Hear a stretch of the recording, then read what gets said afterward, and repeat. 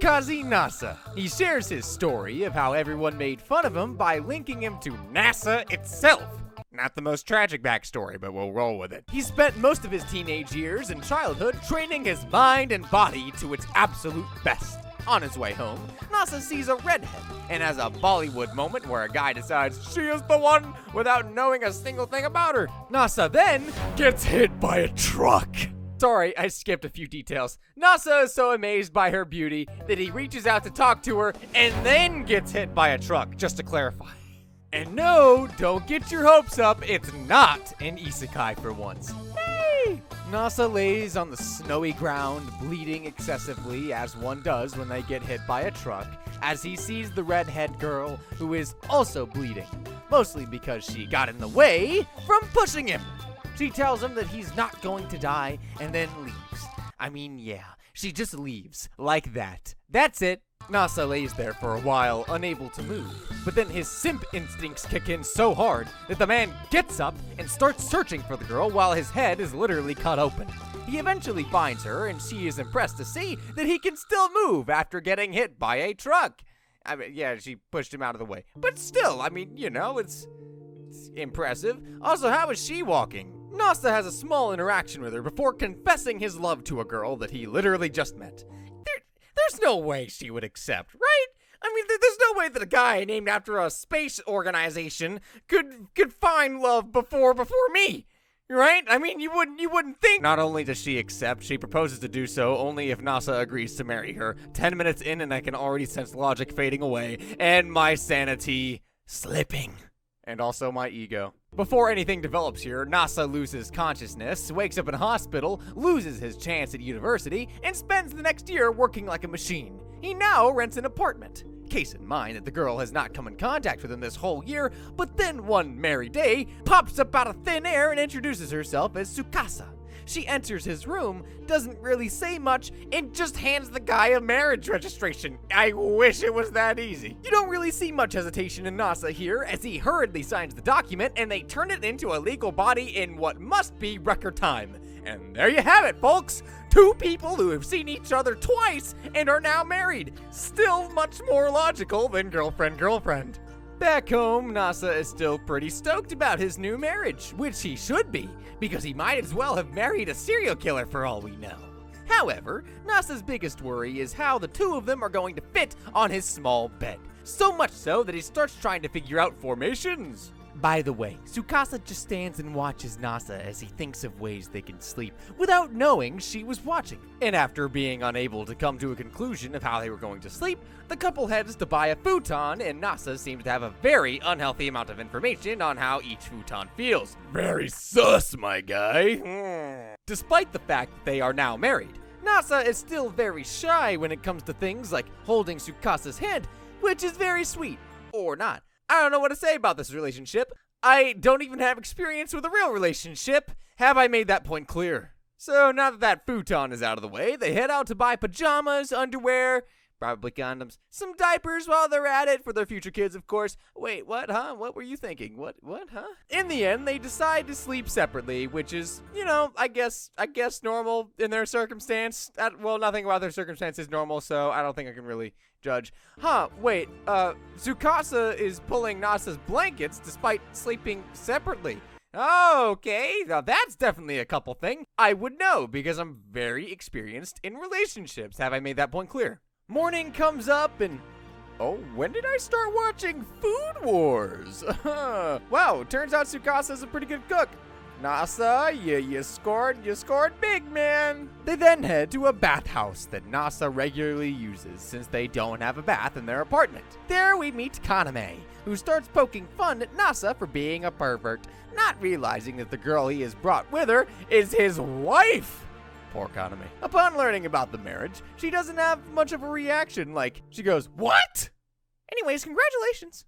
Tsukasa heads into the bath, and then Kaname starts asking for the deets of the marriage. She isn't really impressed by how the two came to wed each other, so she ends up giving Nasa some advice on how to properly marry someone, and how important it is to treat them right, which doesn't sound too convincing coming from a 15-year-old. In the men's bath, Kaname lingers around Nasa, and let's not even talk about the things that happen there. In the women's, Tsukasa meets a new character, who introduces herself as the eldest daughter of the bathhouse owner, Aya, which also makes her Kaname's elder sister. They have a friendly chat, which somehow leads to Aya washing Tsukasa's back, and I'm getting World's End harem vibes. Tsukasa, who hadn't told her name yet, introduces herself as Yukizi Tsukasa, which makes Aya think that she was Nasa's sister.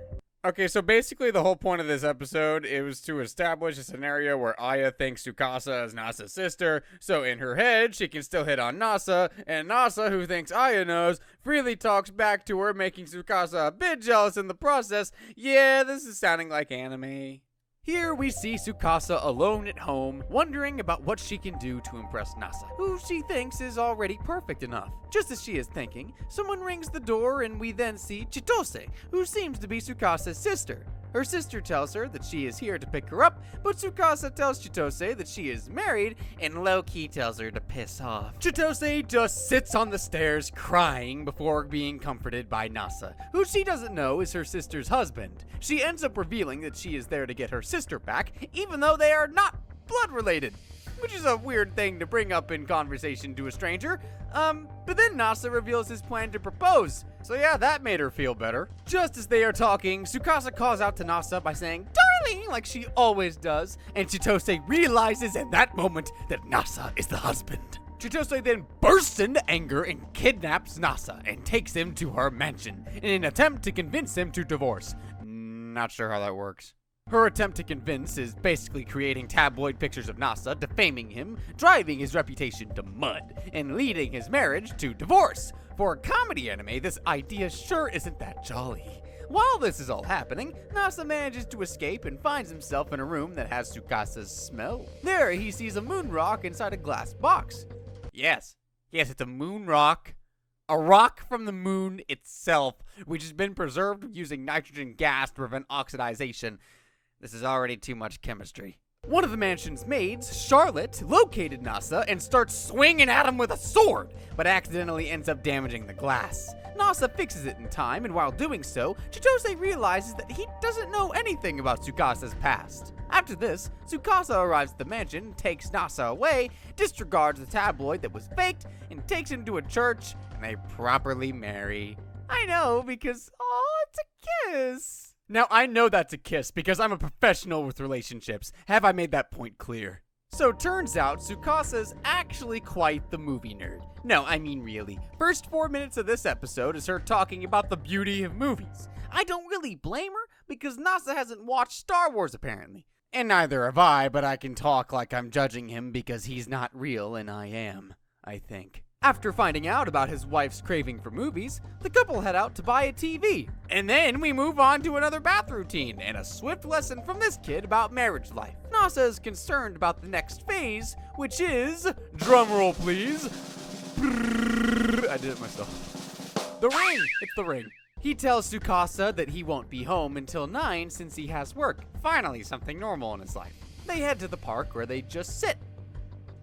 Yeah, they just sit there, and then they start kissing, which is understandable since Nasa thought Tsukasa felt lonely about waiting until nightfall. You go, guys. During his office time, Nasa misses Tsukasa so much that it somehow leads to him realizing the importance of a ring for a married couple. So he heads back home and talks about getting rings with Tsukasa, who isn't really excited about the idea since she thinks there is no need to buy any. Nasa doesn't show any signs of changing his mind, so in the end, Tsukasa takes him to Honey Winston, which I guess is the Harry Winston for this world. Nasa is devastated to see the prices, but the attendant sells her stuff so well that he almost ends up buying it anyway. Luckily, Tsukasa takes him away just in the nick of time, and would you look at that attendant's face? They probably know half the people enter the shop with no intention of buying anything. After a bit of lovey-dovey talk, they simmer down for the lowest priced ring in a regular market. All that tease and excitement went to waste. But they do seem to be happy about it, so I'm not complaining. I don't even have a wife. Or do I? Ice Wallenstein. No, I don't. She's not real. What the hell am I saying? Waifus aren't real! Tsukasa and Nasa are adapting to their new life quickly, which explains the fact that they are now sleeping together. Wait, was this accidental? So apparently, Tsukasa was on her futon, got up, drank some water, and sleepwalked into Nasa's bed, where he channeled his inner Doi Shota. After this, Nasa feels like the current apartment that they are living in is a bit cramped for two people. Which is just a facade. This man really just wants a bigger apartment so he can fit a double bed so that he can sleep with his wife. Nothing wrong with that. But this anime somehow makes me feel wrong about it. Don't ask me why. It might just be because I'm not over school days yet, and it's just a bad aftertaste. I don't know, man. I think that one's gonna stick with me for a while. He expresses his feeling of wanting to move into a bigger place, but Tsukasa says she doesn't mind the lack of space and feels closer to him in their tiny little mansion. This debate changes radically when Nasa walks in on Tsukasa changing, and then he starts tempting Tsukasa with how they could have a mini theater for movies in a bigger place. Odd as it is the only bit of personality Tsukasa has. Aw, that's not true. They ultimately decide on moving on and talk about how they would need a guarantor, which leads Nasa to call his parents and let them know that he was married.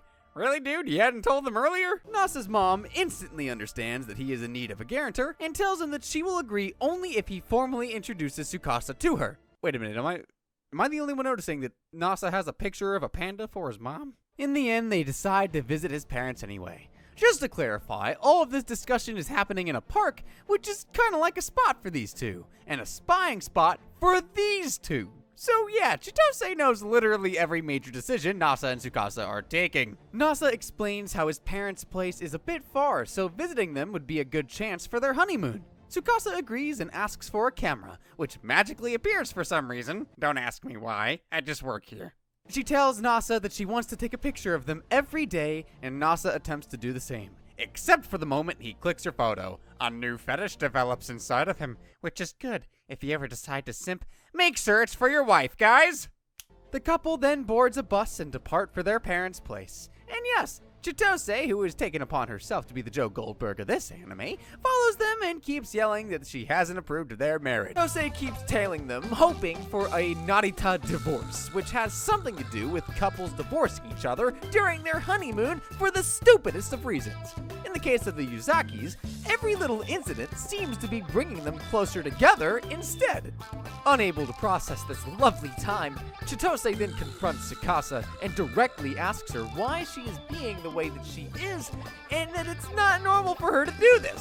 However, Tsukasa remains unfazed and leaves with Nasa, not really caring about what her sister had to say about them. Finally, the Yuzakis arrive in Kyoto.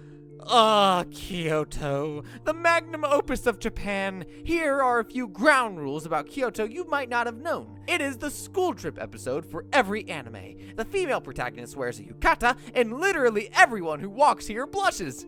Is this how Kyoto normally is? No? Aww. So yeah, let's go down the checklist. Basically the same thing happens. They decide to go sightseeing. Tsukasa wears a yukata, and the whole lot of blushing commences. Chitose confronts them yet again, and this time Nasa wants to talk to her about her disapproval. We did forget to mention one thing though. This is Kyoto. You cannot hold a normal conversation with people here, which is why Tsukasa is taken away by the two maids, and Chitose proposes to be Nasa's pretend girlfriend, and he has to use the time of their date to convince her about the marriage. That's what happens when you decide to play Stalker instead of Fortnite. Hey, up top! Anyone?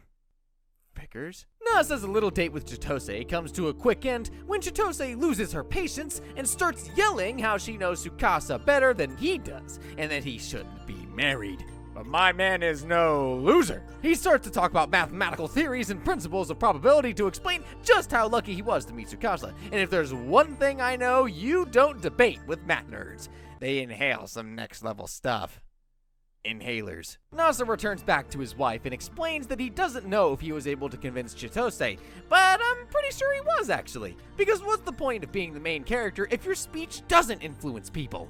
After literally 3 episodes, they are about to reach their parents' place, and Nasa tells Tsukasa that his parents are very strange people, and that his father is an archaeologist. I can already tell what they're about to be like, but you know what they say about assuming, alright? And we're gonna see. They finally meet Nasa's mother, Kanaka Yuzaki, and why is his mother more nervous than the bride herself? Well, if the mother wasn't enough, then his father Anishi is nervous too. So much so that the man has not moved at all. In case you forgot, these two were technically on a honeymoon, and thanks to Mrs. Yuzaki here, Nasa was reminded of the deeds he might be doing now that the night is upon them. Now, as much as I'd like to tell you guys all about the steamy things that happen, actually, I'm not gonna lie, they kiss, but that's about it. Go watch our video on World's End Harem instead, you sick fricks! We then see that Tsukasa and Mr. Yuzaki are having a small father-daughter moment, and Mr. Yuzaki is a bit surprised when Tsukasa is able to read what seems like some ancient script.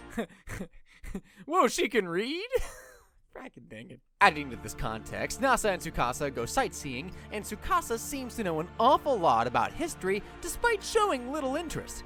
They then head to Hydro Palace, and Tsukasa suddenly starts talking about how there is nothing there, but 1300 years ago, everything was lively. She says this is almost as if she lived in that era. The trip arc ends on a good note with a flashback scene where Nasa's father was super thankful to Tsukasa for saving their life.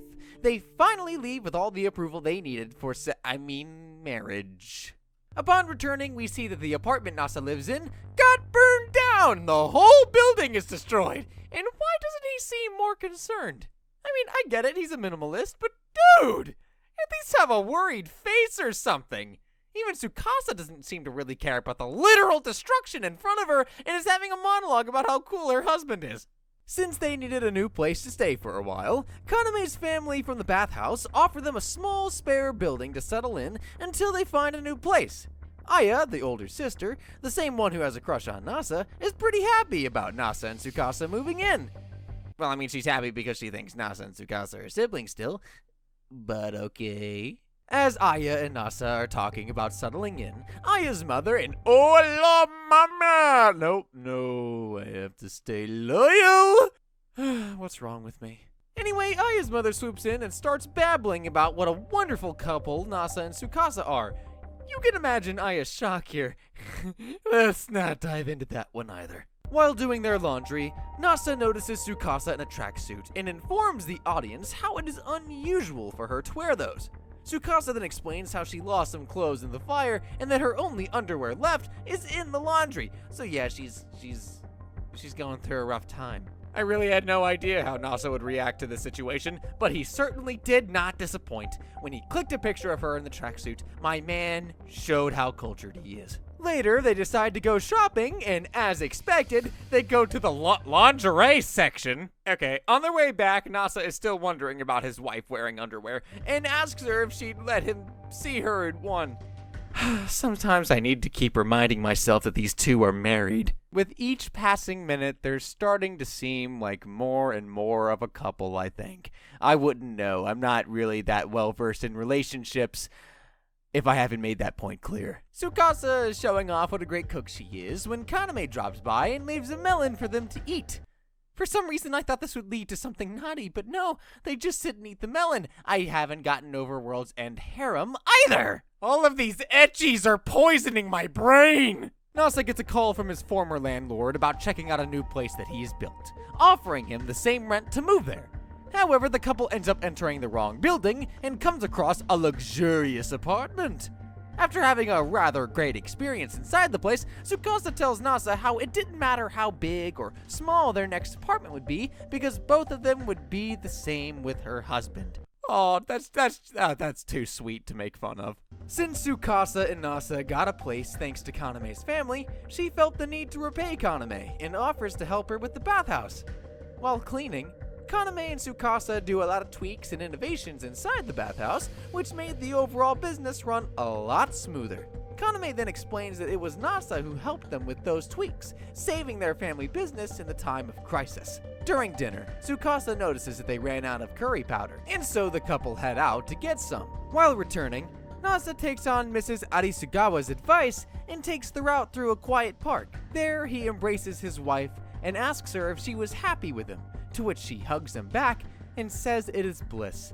Man, I needed this after all of the frackin' wacky shows that we've recapped so far. Chitose, on the other hand, is still searching for her sister and stands confused staring at what was once her apartment. Seriously, okay, she has surpassed Joe Goldberg at this point. She does get a hold of Tsukasa, but Tsukasa manages to trick her and gets away. Welcome back to the bathhouse. The Uzakis are having a talk with Kaname about having a takoyaki party. But just as this conversation is going, Chitose arrives and begins to get all over the place like the that she is. This is when Kaname suggests that she and the two maids take a dip and discuss things with a cool head.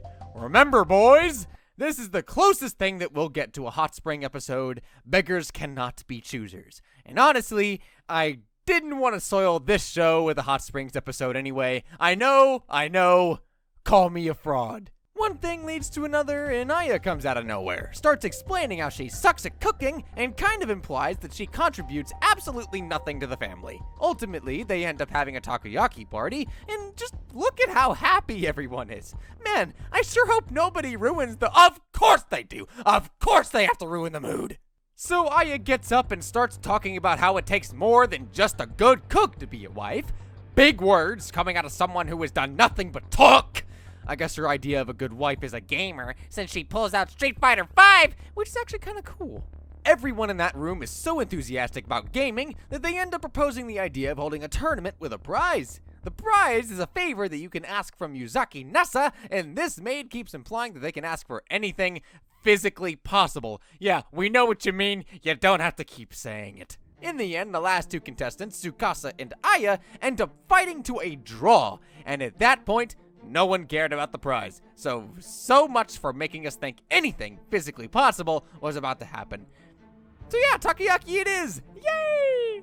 Nasa gets a call from his workplace where they complain about the system going down, which makes me wonder what kind of place he works in, because he pulls out 3 computers in his home and is able to solve the problem remotely. This does take a toll on his body, as he starts to feel very feverish. Yeah, baby! Alright, we don't get a Hot Springs episode, but we get a sick episode, baby! Oh yeah! Dude, this is the most underrated cliche in anime, and I love to see it. Just baby me, just do it. Oh my god. We see an adorable scene of a bedridden Nasa being taken care of by Tsukasa, who for some reason really wants to play the part of newly cute wife. While this is all happening, she cryptically tells him that she can't get hurt or sick, unlike him, and that he has one life and has to be careful about it. Later, Nasa explains how he's been trying to finish his work early so that he can get some free time to take Tsukasa out to the summer festival. Both of them are pretty moved after this,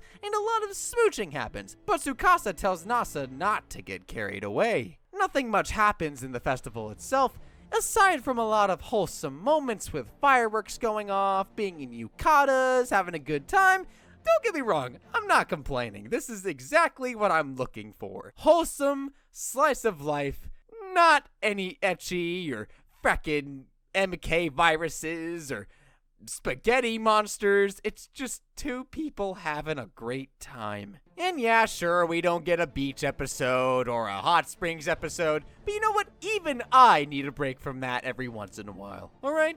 Sue me! Tsukasa is very happy about getting her new smartphone. Wait, when did she get a new smartphone? Alright, well, she got a new smartphone, and the funny thing is that these two have been married for months now, and still blush over adding themselves as their spouse in the contact info. With her new phone, she first goes to Kaname and exchanges her line ID with her. And frick, Kaname, what is that profile picture? I really want to say a lot here, but FBI! Nasa suddenly has to leave as his old colleague asks for him a favor. The work is quite tedious, and he tells Tsukasa that he might have to stay the night. She is fine with this at first, but after an hour of his departure, you can really just see her dying inside. Tsukasa spends the rest of her day waiting for a text from Nasa, but she doesn't get one. She does finally get a text at night, and her heart is put at ease when he says that he misses her a lot. For someone who was supposed to be home the next day, Nasa arrives home the same night, and is surprised to see Tsukasa still awake and in wait. Things get a little more heated than usual that night. Still nothing sus, though. I feel like I'm not doing my job here. But screw you. I can talk about whatever the frick I want. Tsukasa, who was a bit aggressive the other night, is feeling very embarrassed about her heated exchange. Despite all this embarrassment, the next night is pretty much the same, and although they don't show it, it is very heavily implied that the honeymoon was a success. Season 2 begins with sweet Nasa dreaming about the first time he met his wife, which is when he almost died. He wakes up from such a good nap that he has to remind himself that he's not awake in an alternate reality. Tsukasa's there to greet him first thing in the morning and then a kiss. Oh, I forgot how lucky this dude is. I was supposed to feel jealous there. Nothing has changed in their life. They've been married for a while, but still act like a newlywed couple. He's just too aware around her, and every little show of affection will turn his face red. She's been more open about her views on movies, to say the least, because they watch a whole lot of those now. She complains about a shark movie they watch, which is too vanilla and family friendly. Trust me, people complain about that to me all the time. He believes it was sweet with all the love and care that they displayed. I gotta say that she's right here. You watch shark movies to watch sharks eat people. Dang, it's been 2 years since they met, and every single day he's been discovering new things about her. She's been rolling around the floor for some time now, trying to get his attention off of work. Is it something urgent? Not really. From an objective perspective, she just wants him to direct that attention to her. Being the good guy that he is, he offers to take her to the movies early in the morning. She seems fairly excited about this movie, which makes him wonder if she's been wanting to watch it for a while now. Peaches, peaches, peaches, peaches. It's not that one. She tells him not to worry about it and that any movie is worth watching at any time as long as he is with her. Classic! The moment they sit on their chairs inside the theater, he gets the idea that couples go there to do anything but watch the movie. Things like holding hands and kissing and oh yeah. But Tsukasa genuinely seems to be in the mood to watch the movie. Instead of watching the movie itself, our guy spends his time watching the reaction of his wife to the numerous plot twists. I should start giving him more credit for how much of a chat he is. Bro, did he even watch the movie? How does he know what she's reacting to when all he's looking at is her reactions? The news of the movie has already reached the ears of the notorious PAnime. She feels that they're settling well into their newlywed life, so it's only natural that they should have a formal wedding too. Oh right, they didn't have one of those. He talks about how neither of them have thought about it. His own family wouldn't mind one, but he doesn't know what to expect from her family. PAnime also mentions how a lot of couples have ditched the idea of holding a wedding, but she'd like one herself if she was wed to someone. The decision is always for Tsukasa to make, since the wedding is fundamentally held for the sake of the bride. She does plant the image of his cute wife in the dress of a bride, so even if she says she's unsure, Nasa is surely going to insist now. He asks her opinion over dinner, and she ignores the question the first time it's asked. He makes sure to ask her properly once again, and her reaction is quite pessimistic. She doesn't want to have a wedding at all. She's embarrassed by the idea of having to wear a wedding dress and complete all those formalities in front of friends and relatives. Poor man. That's probably what he was looking forward to seeing the most. Seeing how flushed she is about all this, he thinks it's more a reason for them to hold a wedding. He expresses his desire to see her in her bright wedding dress. He is, in fact, so motivated by this idea that he wants to plan a wedding for the next week. All right, now someone tell this guy to calm down. Someone should tell you the same. Someone should tell you the same. Baka. We are never talking about that again. Agreed 100%. She doesn't even remotely try to entertain his idea. It all sounds quite superficial and stupid to her. Still, seeing how he is so excited about it, she goes on to ask if he even knew anything about a wedding event. She starts with some basic questions like how he would plan the flow. He acts out the whole process pretending to call a venue and book a wedding event as if he was ordering pizza online. PAnime, who's been listening to the whole shenanigans for a while now, has to come out and say how stupid his act was. Was she creeping in on a couple? Oh, I guess not. She was just there to share a watermelon with them. That's what they all say. The two girls then talk about how Nasa's completely clueless about how a wedding works. They continue to ask him questions. This time they want to know what he thinks about the wedding cost. His estimation is around 150k or something like that, but is baffled to know they can cost up to 7 million yen. I like how his way of coping with the price tag is to mention how they could buy a car with that money. So you would choose a car over your own wedding? Is that what you're insinuating? This completely debunks his idea of a wedding where they just get together, say a bunch of vows, distribute lunch, and boom, it's over. The Tsukasa family is as weird as always. Chitose is keeping up with her kickboxing as the two maids are there to keep her company. She's also wondering about what those two were going to do about a wedding ceremony. I guess they'll have the bride's family fund the whole thing here. Charlotte couldn't care less about what they're trying to make out. She just wants to spar with Chitose. Aurora then leans to the modern side of time, where she mentions how young people have stopped caring about such formalities. Even if they were to have a wedding, given how rich it's going to be and the number of guests, Tsukasa would never agree to something so embarrassing. Aurora then changes her opinion. Since the two families haven't met yet, yet, a wedding might be a good idea to achieve that. Holy frick, they haven't met yet? Chitose, who is the only person expected to be against the whole wedding scheme, also wants this to happen. She wants their grandmother to see Tsukasa in a wedding dress. Are you serious? Nasa's still looking at the prices, trying to find out if there's a cheap way to do it. Even the average cost oscillates around 3 to 4 million, which is still something he can't afford. And he then comes across the concept of betrothal money, which Aya explains to him in simple words. Both families will help each other at the wedding, reducing the strain on the groom. She's also surprised that someone smart like Nasa didn't know about such details. She also mentions how there is an entire year dedicated to just planning the event. He doesn't really buy it since he sees people getting married every other day, and Aya tells him that every single one of those couples has planned it for at least a year. Although she mentions that it takes an entire year for it recommended, they still don't know why the process is so long. Tsukasa comes to clarify just why it takes so long. Most of the work goes into invitations and RSVPs itself. A lot of people are invited, and they have to make sure that the timing is optimal for almost everyone, which is something that takes a lot of time, unless you don't know a lot of people. Aya starts to panic over how deep these two are going into the conversation. She suggests that they should refer to Zexy,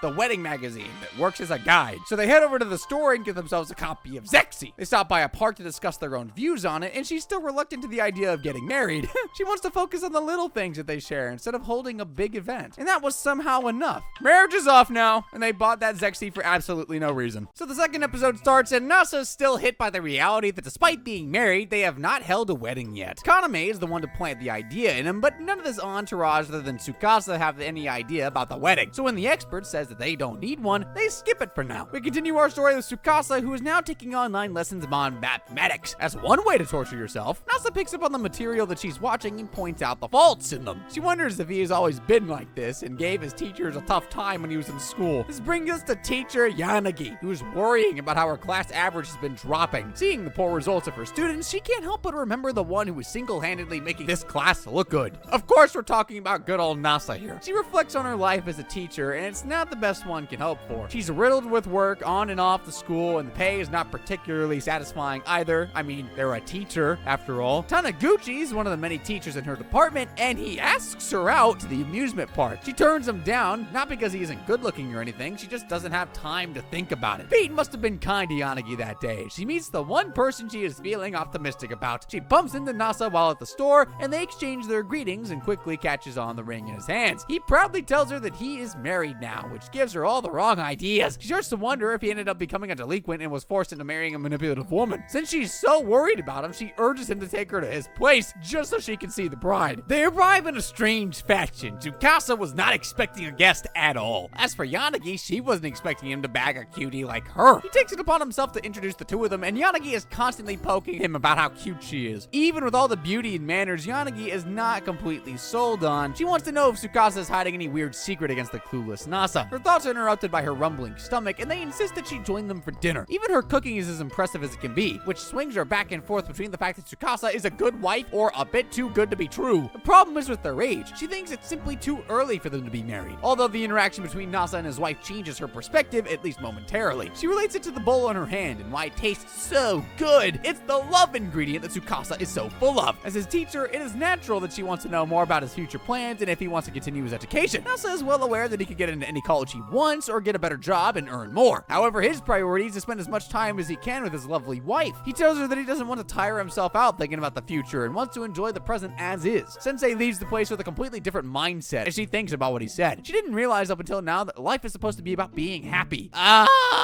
Oh man, that's also too good to be true. Okay, Debbie Downer. I'm just saying, man, you have to learn to enjoy the not happy too, or at least embrace it. I don't know, man. There's a reason why I'm not Mr. Psychologist. YouTube certainly hasn't made that easy for us. Oh yeah, you have to make this all about you. Not what I was.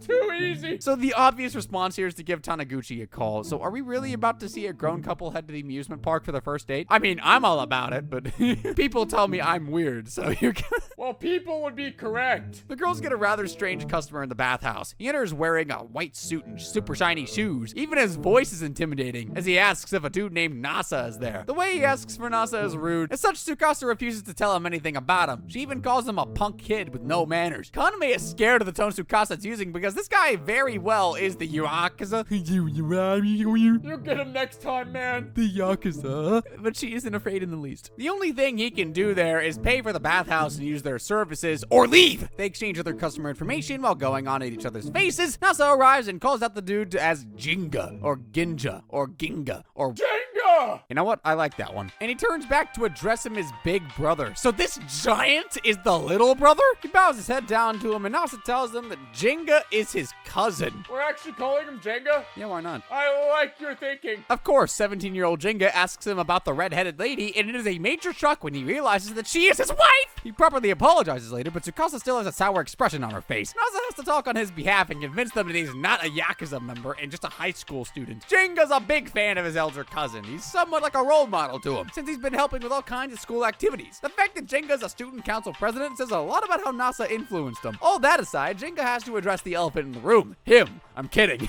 It's Nasa's marriage. He wants to know why he decided to get married so suddenly. There could be a lot of different answers to this, but Nasa goes for the most logical one. It's because he loves her. I mean, everybody knows that, dude. Unless you're doing it for the sake of community, which you sure aren't. What? You know, community marriage? Well, you're married to the community? Some people. That's sad. You're sad. I know. Jinga doesn't buy it, though. For it to be true love, for him to accept it, he has to know if they kiss. Do these high school students not get tired of drama and frackin' prawn? His reasoning's plenty good, though. She's technically her sister, so for him to give her the dedication he would give to a sister, he has to know if they're the real deal, and I don't understand that even a little bit. Kaname joins in on the Jinga charade here, talking about how she doesn't hear them moan at midnight, so Jinga might be true about them being fake. She wants to see this proof as well. They're about to display a kiss right here, right now. Tsukasa's very embarrassed about this, but Nasa has absolutely no problem displaying affection to his lovely wife. Seeing his innocent face, she can't help but get on with it. They come close to doing it, but Jinga doesn't have it in him to see it all the way through. Are you fracking serious? Now you're just rude. To get back to the main reason why Jinga's there, he brings in a pet box, inside of which is a cat. They didn't know what to do with it since it was abandoned and alone. They took it over to make sure it doesn't stay hungry, but haven't been able to let go of it ever since. They've been looking for the owner ever since, but have found little luck there. As such, the only person he could think of to take it in was, of course, his reliable cousin. Nasa spends no time taking the cat to a vet where they get it checked for any diseases or parasites. They take him out of the cage, and he sure is a feisty little thing. Tsukasa gives him the name Toast because of the small square on his back. While the cat is being treated, he talks to Jenga about what he plans to do, mostly because he doesn't seem educated enough to adopt one. Even Tsukasa's impressed by how much his husband knows about cats and pet welfare. He decides to take Toast home for the time being, seeing how infatuated he is with Tsukasa. Jinja, or as I like to call him, Jenga, Nasa's cousin, who actually looks like that beaten up drunk friend of his father, brought him a cat because he didn't know what to do with it, right? Nasa knew exactly what to do with it and solved his problem without much hassle. Jenga felt grateful about this and handed them an early wedding present. 2 tickets to the Muffyland couple's theme park in Matama.